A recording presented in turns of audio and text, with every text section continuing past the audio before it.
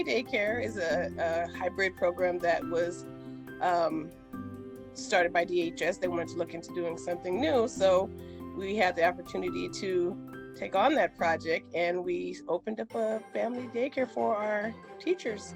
Staff kept asking, we need daycare. What can we do? We're looking for daycares. And we got to the place, we started with a lot of young staff. Then they got married. Then everybody started having babies. And teachers were coming to say, well, I want to stay home with my child.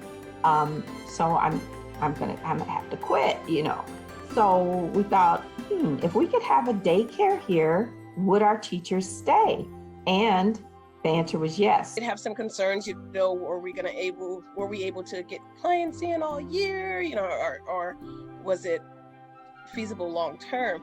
But it works out pretty well. I mean, our enrollment list is pretty packed. Like, we stay full, and parents are waiting to get in, and the parents that we have want to stay, and so they stay to the very end. We're getting children from 6 weeks, and then they don't leave until 3.5. Staff members now, our teachers, other staff members, can have their baby literally deliver, and 8 weeks later come on site with their baby. They get to come during their lunch period to nurse their babies right on site. There's a nursing area, rocking chair area just for the mothers to nurse their babies as well. When the pandemic hit, Ms. Williams did come up with the idea, and we worked together on starting Community Heroes. Immediately, the governor had asked for community or child care for essential workers.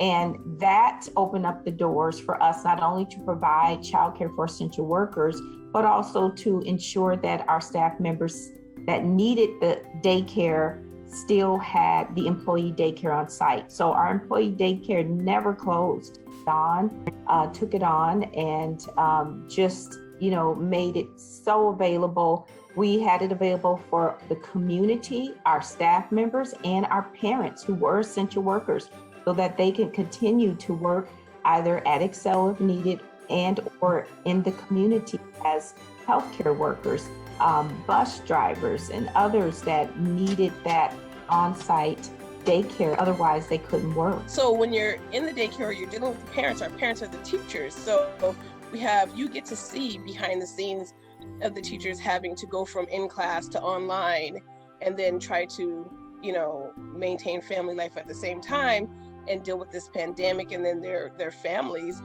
And I was just happy to be a part in keeping everything flowing and connected.